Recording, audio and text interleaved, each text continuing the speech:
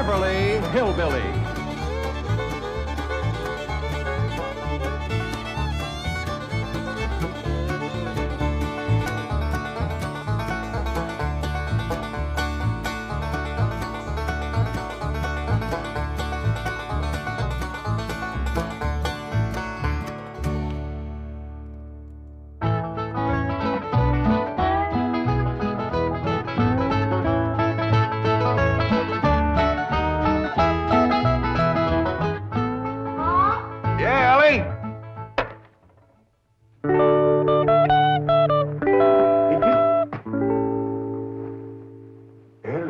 Clampett.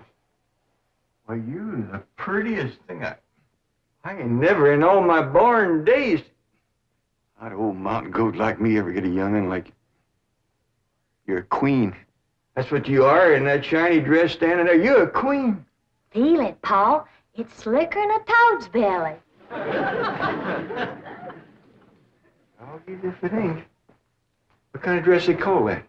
This is what you call a ball gown. A ball gown? Well, you's even catching on to what they's named. Well, Miss Hathaway, she pinned a piece of paper onto every dress she got me, telling what it was for. You better tote along the shotgun and keep fellas away. Oh, no, Paul. That's what I'm going out for, to meet some fellas. Hallelujah. You know, you're going to find out something I've been saying is the truth. You don't have to dress up in boys' clothes to have fun with boys. I'm going to keep my promise, Paul. I ain't going to wear nothing but dresses for 3 whole days. And I'm going to keep my promise, too. If you don't have just as much fun as you did climbing trees and wrestling, you can go back to wearing your pants and shirt. Goodbye, Paul.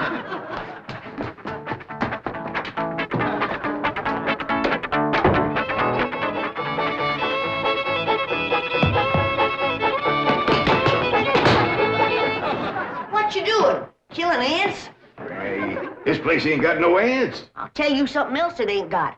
That's me. I'm gonna pack up and go home. Wait a minute. Hold on there. This is home. Not to me, it ain't.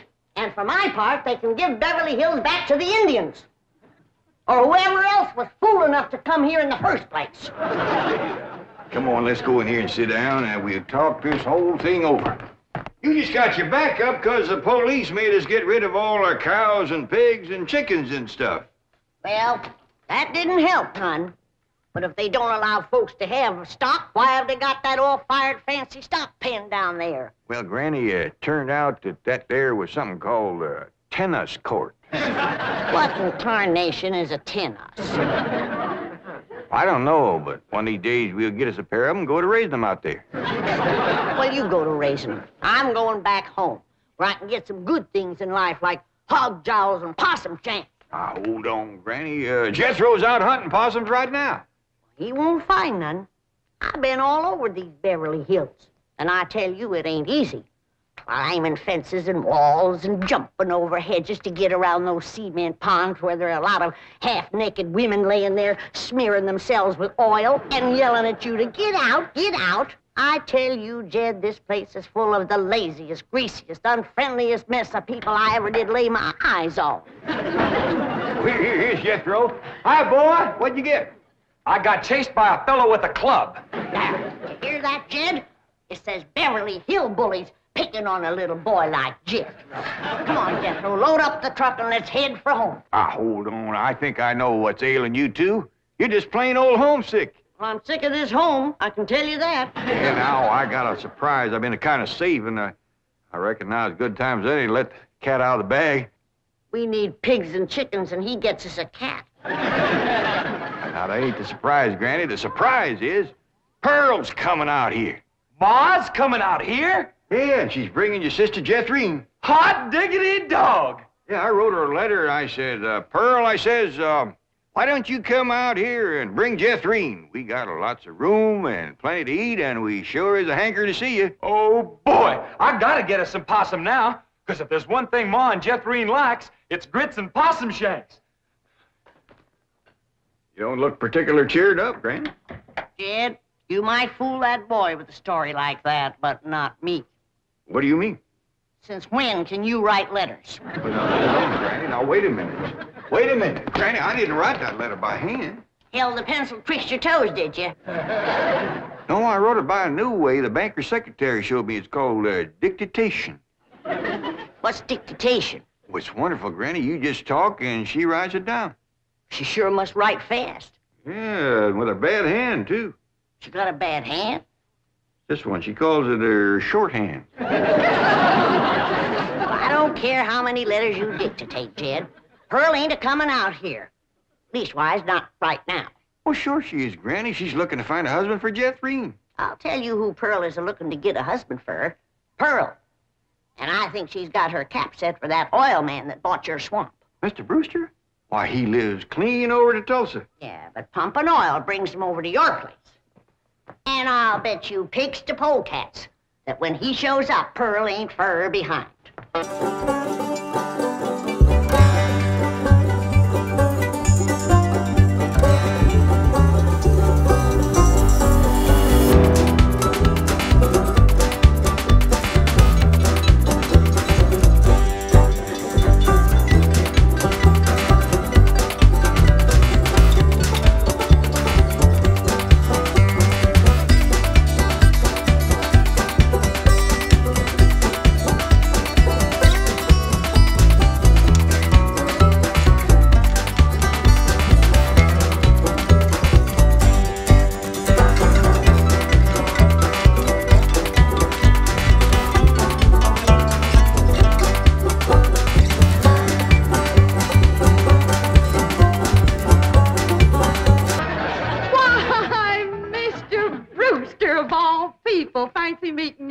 Small world, ain't it? Yes, it certainly is. Oh, this here's my daughter, Jethrine. This is Mr. Brewster, dear. I'm pleased to meet you, young lady. Hi. May I give you a hand, Mrs. Bodine? Oh, thank you. Stay in the buggy, dear. Careful now. There we are. Well, I see you girls are on your way to a Halloween party. What kind of party? Halloween. What's a Halloween? You don't celebrate Halloween here in the hills? Well, I never heard of it. What's it like? Well, it's an occasion where everyone gets dressed up in their most beautiful clothes. Oh, these old things, they're just something I threw together myself. Well, they look like they came from Saks. Well, they didn't. I made them with store-bought yard goods. Didn't I, Jethrine? Yes, sir. Well, what brings you girls here on this beautiful Indian summer day? Following you. we was headed this way anyway. I promised to keep an eye on the old home place for Cousin Jed, remember? Mm. Oh, I hope he won't mind that I had a telephone put in the cabin. You see, we're using it as a sort of a field office. Oh, he won't mind. Especially if you would show it to me and I could see for myself that there was no damage done to the cabin. Well, that's quite all right. Come along, huh?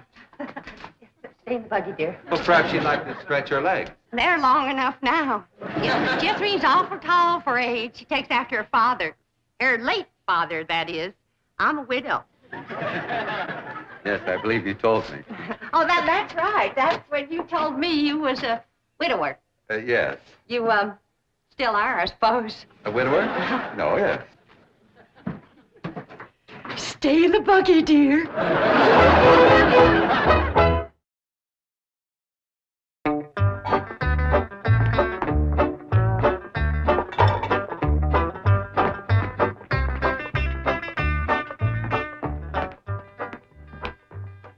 I'm going back where I should have stayed in the first place. Granny, before you do something you're liable to be sorry for, you better take another look around. See all the nice things we got here that you wouldn't have back home. Like what? Like this great big cooking room, for one thing. Why, you could take our whole cabin and put it right in this one room. Well, if you did that, I might stay. What about them big ice boxes? You got nothing like them back home? Didn't need 'em. Got nippy in the fall like the good Lord intended it to. This crazy California stays warm all year round. That's awful good for growing things.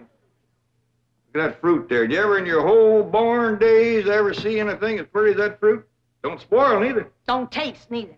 Oh, now. Jethro ate a whole bunch of them grapes. 2 apples, a pear, and a whole handful of strawberries. And he said there wasn't one bit of juice in the whole kit and caboodle of them. He said it was dry as wax.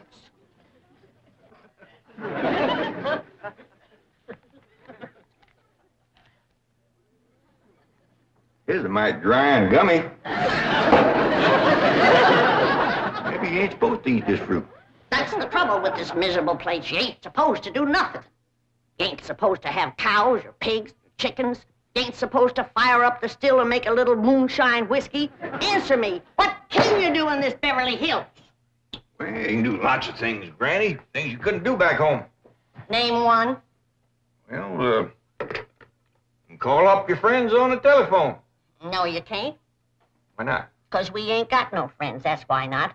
There ain't been one neighbor come a-calling on us since we moved in here. Oh, so that's what's ailing you. Nobody's been coming to call. Well, now you gotta remember what Pearl said. This here is Beverly Hills where the movie stars live. What's that got to do with it? What's that got to do with being friendly? Nothing, I just thought it might sidetrack you. Well, it didn't. Movie stars are people just like us, ain't they? Yeah, certainly prettier. Wouldn't it be worth waiting for if one of these days they come a knock on the door and we go to answer it, we open up the door and standing there would be Mary Pickford. Mary Pickford? Yeah, with the golden curls hanging down her back and her pretty little rosebud mouth saying friendly things like, howdy there, I'm Mary Pickford. Oh, you'd say to that? I'd say, who's Mary Pickford? That's what I'd Granny, she's America's sweetheart. You know that movie house where Pearl plays piano on Saturday nights? I heard of it. Well, she says little old Mary is everybody's favorite. Well, tell me this. If Mary Pickford moved in that little cabin down the creek from us back home, what would we do? Oh, we'd have gone calling and brought her over a mess of pone and skinned possum. Yeah. And has Mary Pickford brought us a mess of pone and skinned possum? No, she ain't. You gotta remember, Granny, she probably spent 4 or 5 hours a day just fooling with and combing that beautiful curls hanging clear down Uncle Jan! Well, hello, Jethro. What'd you get this time? I got arrested. Yeah. Policeman, he took my gun away. He said they don't allow hunting in Beverly Hills. That does it. That does it. Then he pointed to old Duke here. He said that dog had his rabies shots. And I said, no, sir, that dog ain't had nothing shot. I'm careful with a gun. What'd he say? He said, oh, wise guy, huh? So he put Duke and me in his police car. But we jumped out and run. Oh, is Ma and Jethrine here yet? No, and they ain't a-coming. Now, if you want to see your ma and your sis, you pack up that truck, and you and me will skedaddle back home where folks is friendly. Now, Granny.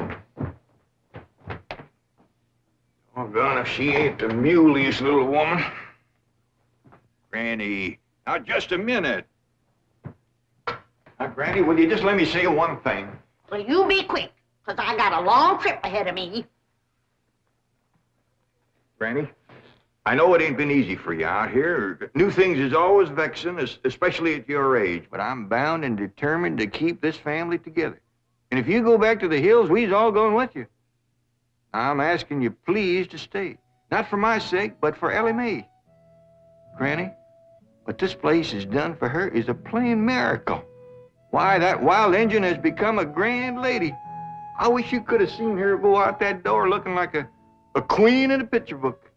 I tell you, I just wanted to sit down and bawl, the way you done when I married her ma. Now, she's just... She's out there now. Not just wait, Granny. Wait till you see. In here, Elly May. Huh? You sure was right. Oh, Huggin, you don't have to wear boys' clothes to have fun with boys. May, you promised me you wouldn't wrestle. I ain't been wrestling. And what have you been doing in your ball gown? Doing what I'm supposed to do, playing ball. Oh, I made 2 touchdowns and kicked 3 field goals.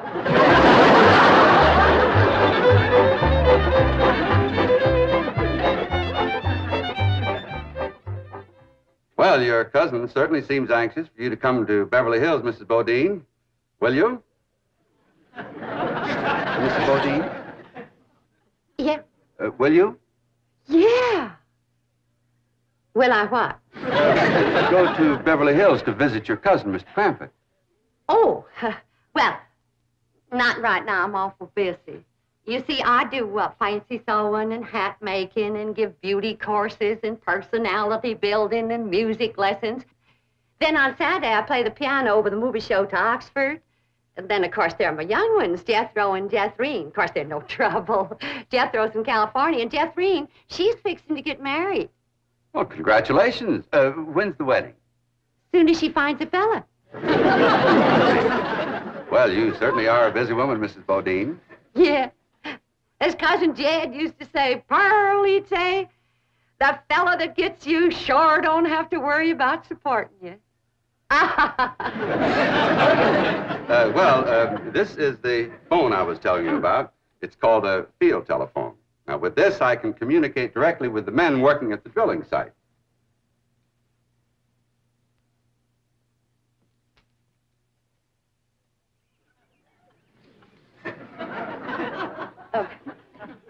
Any young men down there?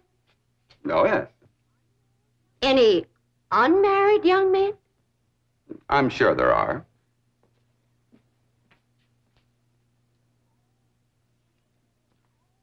Any tall unmarried young men? Well, they're probably all sizes.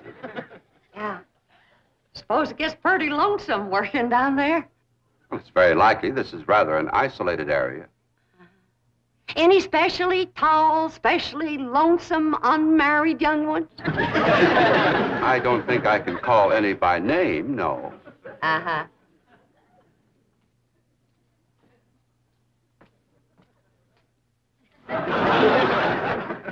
Well, I was just wondering.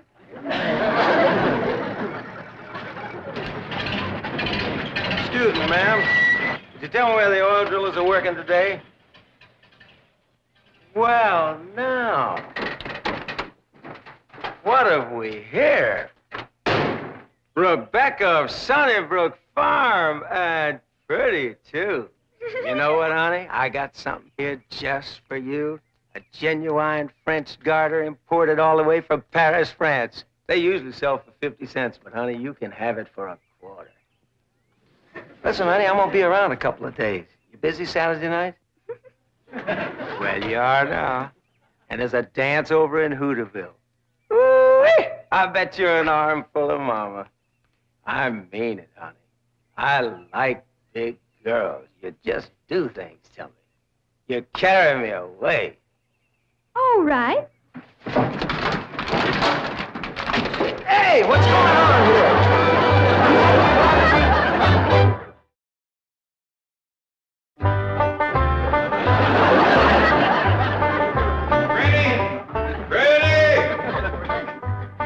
There you are. What are you doing? I'm figuring. And I figure best when I'm fishing. Ain't no fish in there. I ain't fishing for fish. I'm fishing for figuring. Hey, what kind of figuring you fishing for? I'm fishing to figure how I can get home. Now, Granny, I've been doing some figuring, too. You know, I think I got it figured out how come the neighbors ain't come to visit us. I'm listening. Well, the way I got it figured, out here in Beverly Hills, instead of them coming to see us, we go to see them. How come? Oh, I don't know how come. That's just the way I got it figured. Mighty convenient figuring. Granny, it wouldn't do no harm and to give it a try. A lot of things is different out here. Well, I'll fish on it for a spell. Take possum. Feet like a whale. Who said there ain't fish in here? Well, that's the prettiest I ever seen. Ah, I gotcha, you rascal. I'm gonna throw you right in the frying pan. This thing ain't nothing but skin. That's your Beverly Hills for you.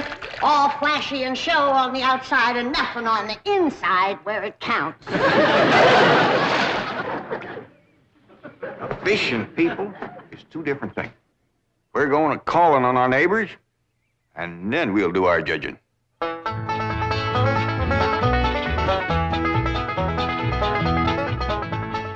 Well, let's see now. Which neighbor shall we call on first? Mr. Drysdale's off in Boston with his missus, so let's go this way. If you ask me, let's go back that way. Now, Granny, you promise. Come on, everybody, let's go. You reckon they'll give us a mess of pone or something, Pa? Or maybe some salted down possum. Probably so lie on us.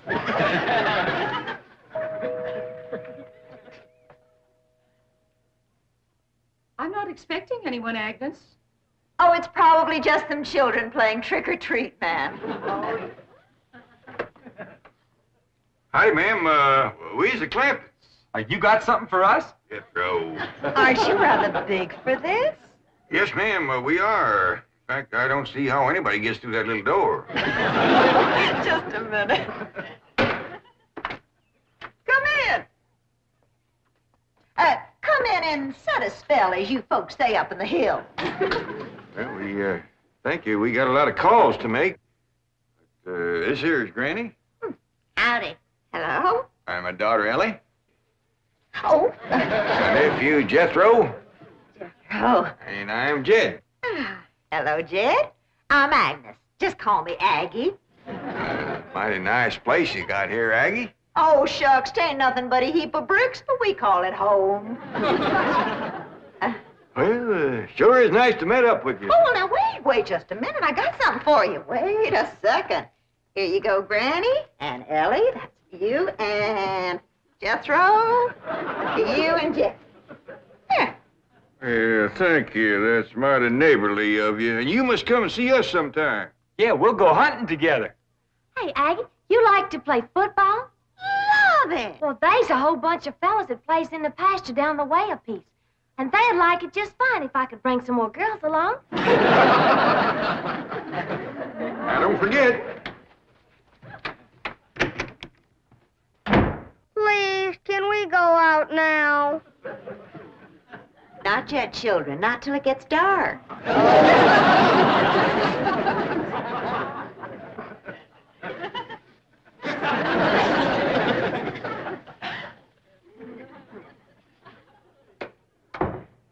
Ain't that the most pitiful thing? Heart-rendering. Just heart-rendering. Nice-looking woman. Friendly as you please. But them young'uns is the homeliest I ever see. Wonder she didn't want to come a-calling on us. Yeah. Reckon I'd stay home, too, if my kids looked like that. Kid, I ain't never gonna say a bad word about nobody. I know what you mean. Diggies, every house we went to, they was nice to us, wasn't they? Sure was, Jed. Hey, listen, everybody. I got an idea. Let's call up Cousin Pearl and tell her to come on out here. Uncle Jed, you can't call Ma on the telephone. Drysdale said we could call anybody we had a mind to. Well, Ma, she ain't got no telephone at home. Don't matter. She ain't never home nohow. The way I look at it, you can't never tell what you can do until you try. Don't forget to spin the wheel.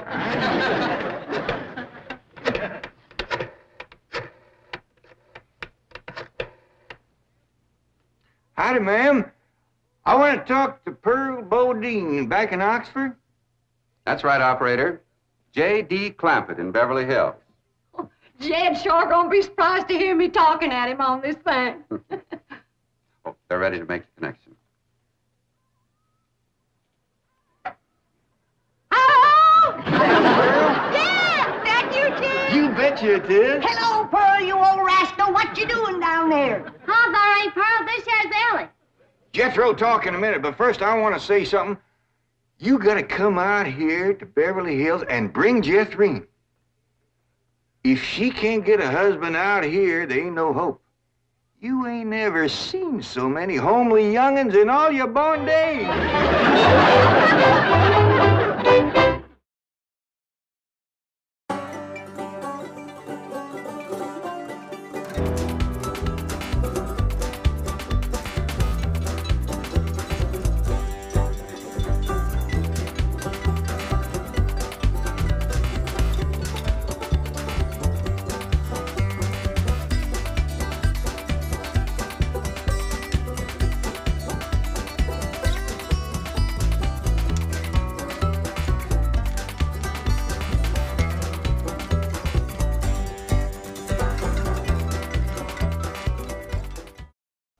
This has been a Filmways presentation.